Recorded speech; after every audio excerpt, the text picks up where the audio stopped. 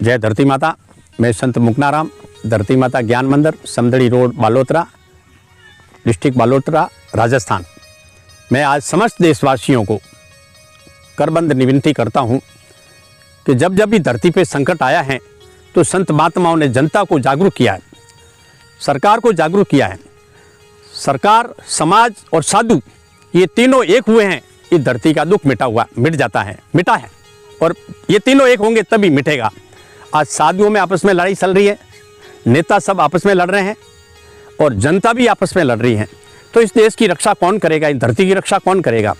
क्योंकि इस सारे संसार में समस्त प्राणियों में मनुष्य ही सर्वश्रेष्ठ हैं।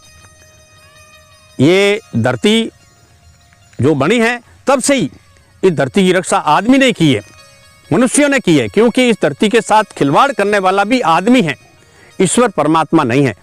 आज कोई भी अकृत्य कार्य होता है, कोई अचानक भूकंप आया, तूफान आया या बाप से पहले बेटा मर गया, लोग यही कहते हैं कि परमात्मा की मर्जी है, ईश्वर की कुदरत है और राम जी के ऊपर कौन है, राम से बढ़कर कौन है, राम जी की मर्जी है, ऐसा कह रहे हैं। कभी किसी ने यह सोचा कि राम जी ऐसा कैसे कर सकते, ईश्वर कैसा कर सकते, परमात्मा कैसे कर सकता है? परमपिता परमेश्वर ने तो सभी को जीने के लिए सबको उम्र पूरी दी है। हमारे कई धर्मशास्त्रों में लिखा हुआ है कि बाप से पहले बेटा मरा, उसकी खोज करके उसको जिंदा किया गया और जो इन षड्यंत्र करने वालों को सजा दी गई है। मेरे देशवासियों, आज से 3-4 हजार वर्ष पहले भारत में मूर्ति पूजा नहीं थी। जब से मूर्ति पूजा आई है तब से ये गोवतिया और जीवतिया हुई, नर देवताओं के आगे बलि चढ़ाना शुरू किया, बलि चढ़ाते थे। बड़े बड़े किले और बड़े बड़े मंदिर बने, उसके अंदर मनुष्यों की बलि दी गई है। ये ईश्वर परमात्मा की कुदरत नहीं है, ऐसा परमात्मा नहीं कर सकता। आज सारा ही संसार के लोग, हम कितने ही देवी देवताओं के पीछे जाते हैं, लाखों मंदिर भारत में बने हुए हैं। हम जय मंदिर पे जा रहे हैं, हमारा दुख बढ़ रहा है। मंदिर की प्राण प्रतिष्ठा हुई, मंदिर बना, मंदिर की प्राण प्रतिष्ठा हुई और गांव में फूट पड़ गई।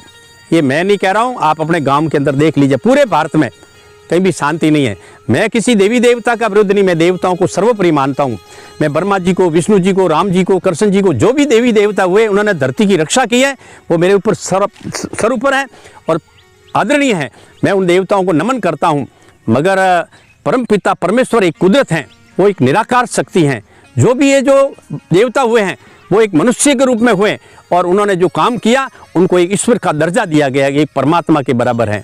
जैसे आज कोई आदमी किसी के ऊपर मदद करता है और अगर कोई आदमी पानी में डूब रहा है और अगर उसको कोई बचा रहा है तो वो लोग कहेंगे उनके लिए तो, मेरे लिए तो ये ईश्वर है, क्योंकि उसने उनकी जान बचाई है। मगर आज दुनिया तबाह हो रही है। इस दुनिया की जान बचाने के लिए जनता को जागरूक होना पड़ेगा, सरकार को जागना पड़ेगा, साधु संतों को जागना पड़ेगा कि साधु संत जो हैं वो किसके लिए बने, साधुओं की ड्यूटी क्या बढ़ती, साधुओं का धर्म क्या बढ़ता है। साधु तो इस संसार के अंदर सबसे बड़ा पद है, राजा भी साधु को नमस्कार करता है। तो उन साधुओं का धर्म बढ़ता है कि इस कुदरत के साथ में कोई खिलवाड़ कर रहा है। हम देवी देवताओं की पूजा करने के बाद में भी है तो हमारे घर में दुख आ रहा है। देवता का अर्थ होता है देवता, जैसे एक वृक्ष देवता ही है, जैसे गाय भैंस देवता ही है, वो देते हैं हमको।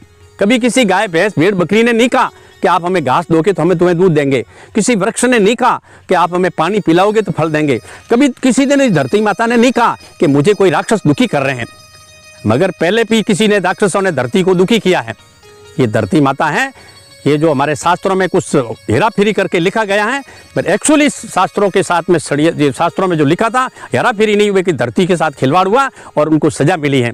आज हम इतना देवी देवताओं के साथ में करने के बाद में भी हमें अगर हो रहा है तो हमें इसमें जागना पड़ेगा कि कहीं इन देवताओं के पीछे कोई षड्यंत्र तो नहीं हो रहा है। क्यों, देवता भी अदृश्य हैं और ईश्वर भी अदृश्य हैं।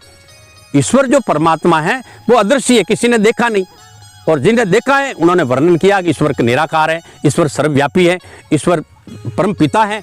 पिता की तरह उन्होंने सारी सृष्टि की व्यवस्था की है, रक्षा की है। मगर जो षड्यंत्र हो रहा है तो हम देवी देवताओं के ऊपर दोष देते हैं। क्या मालूम कि इन देवताओं के पीछे कोई षड्यंत्र तो नहीं हो रहा है। इसलिए मैं आज समस्त देशवासियों को और विशेष करके साधु संतों को कहता हूँ कि आपके ऊपर ये पूरा धर्म खड़ा है। आप पता कीजिएगा कि कहीं हम देवी देवताओं के इतना करने के बाद में भी दुख पड़ रहा है और जिन देवताओं के ऊपर बकरे पाड़े चढ़ाया गया तो क्या वो देवता हो सकते हैं? और आज हम इतने देवी देवताओं की पूजा करने के बाद में भी हमारी समाज के, हमारे हर घर में दुख बढ़ रहा है। तो कहीं ऐसा तो नहीं हो रहा है कि हमारे इन देवताओं के पीछे जो बीमारी लगाकर उन देवताओं के ठीक कराया जा रहा है? बहुत सारे ऐसे मंदिर है जो लाखों लोग आते हैं, रोज के एक दिन में लाखों लोग आते हैं और उसके वो शांति के लिए जाते हैं। इस मंदिर में जाओ, बड़े बड़े मंदिर में किसका नाम बताऊं? आप सभी जानते हो भारत के अंदर बहुत बड़े बड़े मंदिर हैं। मैं जहाँ रह रहा हूँ मेरे आसपास में भी बहुत सारे मंदिर हैं जहाँ लाखों लोग आते हैं और उनके बाद में भी दुख नहीं मिटता है। वो जैसे वो आज अब के लिए पूनम को आना, अब की पूनम को आना, अब की 22 को आना, अब की 27 को आना, वो भी सारे जा रहे हैं। मगर ये बात किसी ने नहीं सोची कि यार देवता है तो वो दुनिया का दुख तो मिटा देना सही है। देवता कभी दुख किसी को करता ही नहीं है। देवताओं ने तो सब कुछ दिया है, मगर ये कोई देवताओं के नाम से कोई षड्यंत्र तो नहीं हो रहा है और हो रहा है। इसलिए मैं आज इस वीडियो के माध्यम से साधु संतों को और समस्त देशवासियों को और विशेष तौर से राजनेताओं को भी कहता हूँ कि आप अगर एक बड़े वोटों के लिए किसी देवी देवता के मंदिर में जाकर नमन करते हैं, मगर इन देवताओं के पीछे वास्तविक स्वरूप क्या है। आज आपकी पब्लिक दुखी है, आपको पब्लिक वोट दे रही है और आज अगर ये आपकी जनता दुखी है तो आपका कर्तव्य बन जाता है। आप देश के नेता हैं, किसी पार्टी के नेता नहीं हैं, आप इस देश के नेता हैं और देश की रक्षा करना ये नेताओं का फर्ज बनता है। धर्म की रक्षा करना ये साधुओं का धर्म बनता है, साधुओं का फर्ज बनता है और समाज की रक्षा करना ये समाज के पंथों का फर्ज बनता है। इसलिए आज जो देवी देवताओं के नाम से षड्यंत्र हो रहा है, कई देवी देवताओं के नाम से जीव को हत्या दली दी जा रही है, जीव हत्या हो रही है, बलि चढ़ाई जा रही है। किसी का बेटा नहीं है तो इसी का बेटा चढ़ाओ, बलि जो बेटा हो जाएगा, बकरा चढ़ाओ। भला किसी ने गौर किया है कि वो भी तो किसी माँ का बेटा है। अरे इस भारत में नहीं इस धरती पे कोई मौत नहीं खाता था। इसकी पूरी जांच की जाए कि आज से 100 साल पहले, 1000 साल पहले, लाख साल पहले, 2 लाख साल पहले, 10 लाख साल पहले, और ये जो राजा हरिश्चंद्र से पहले राजा हरिश्चंद्र का भी कई वर्षों का इतिहास बता रहे हैं। तो ये जो अगर आप खोज करें तो इनका वास्तविक स्वरूप सामने आएगा कि हमारे साथ में कोई षड्यंत्र हुआ है और हमें देवी देवताओं के नाम से हमें भ्रमित करके लड़ाया गया है। आज हम देवी देवताओं की पूजा करने वाले, एक ही देवता तो सब एक थे और हम लड़ रहे हैं। तो ये जो षड्यंत्र है, आज मैं इस झारखंड में आया था और मैं इस वीडियो के माध्यम से मैं देशवासियों को ये कहना चाहता हूँ कि लड़ने से कोई समस्या का समाधान नहीं। अगर कोई मैंने बात कही है, आप मेरी बात को बुरा नहीं माने, आप ही खोज कर लें कि कहीं ऐसा तो नहीं हो कि उन देवताओं के पीछे चमत्कार हो रहे हैं। तो चमत्कार जो एक देवता ठीक कर रहा है और एक बीमारी पैदा कर रहा है, तो ठीक करने वाला कौन है, बीमारी पैदा करने वाला कौन? क्यों? परमात्मा ने तो कोई बीमारी पैदा ही नहीं की। परमात्मा ने तो पूरी उम्र दी है। जब तक आदमी जिंदा रहता था तब तक कोई बीमारी नहीं होती थी। ऐसा शास्त्रों में, इतिहास में और शास्त्रों में अंदर प्रमाण है। तो ये मेरे देशवासियों, मैं विशेष तौर से साधुओं से, नेताओं से और विशेष तौर से जनता से कहता हूँ, क्योंकि साधुओं की व्यवस्था करने वाली भी जनता है और नेताओं की व्यवस्था करने वाली भी जनता है। नेताओं को पद देने वाली भी जनता है और साधुओं को पद देने वाली भी जनता है और पंचों को भी हक पद देने वाली जनता है। इसलिए जनता को जागना पड़ेगा। जनता जागे, क्योंकि इस दुनिया में दुख जनता के घर में है। आज कोई घर ऐसा नहीं है जिस घर में कोई शांति हो। हर घर में कोई आर्थिक, मानसिक, शारीरिक रूप से हर दुखी है।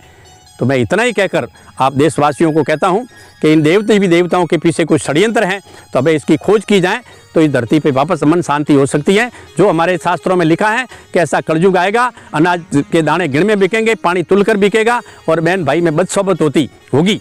तो आज ये हो रहा है, तो क्या किसी ने नहीं सोचा? आज बड़े बड़े साधु संत महात्मा बैठे हैं कि आज ये जो बहन बेटी के साथ में, बाप बेटी के साथ में, बहन भाई के साथ में दुष्कर्म कर रहा है, क्या ये हमारा फर्ज नहीं बनता है?